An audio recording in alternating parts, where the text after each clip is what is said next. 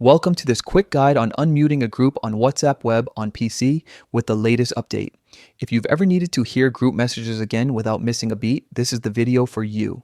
First, open WhatsApp web in your browser and sign in by scanning the QR code with your phone. Make sure you're connected to the internet so everything loads smoothly. Next, browse your chats to locate the group you want to unmute. You'll see all your conversations listed on the left side of the screen. If you've got a lot of groups, you can use the search bar at the top to type the group name and jump straight to it. Once you've found the group, right-click on its name. A small contextual menu will appear with several options. This step is simple but essential, so take a moment to ensure you're selecting the correct group.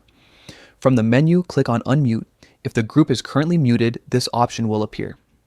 Clicking unmute instantly reactivates notifications for that group, so you'll start receiving messages with your usual alert tones and banner notifications again. If you don't see unmute right away, double check that you're in the correct chat. In some layouts, the command may be listed under a slightly different label like unmute notifications. In that case, select it to restore alerts. After you unmute, you'll notice new messages appear with the standard notification behavior you're used to. A quick tip: if you ever mute a group by accident in the future, you can repeat this process to re-enable alerts. Keeping track of which groups are muted can help you manage noise without missing important conversations. That's all there is to it.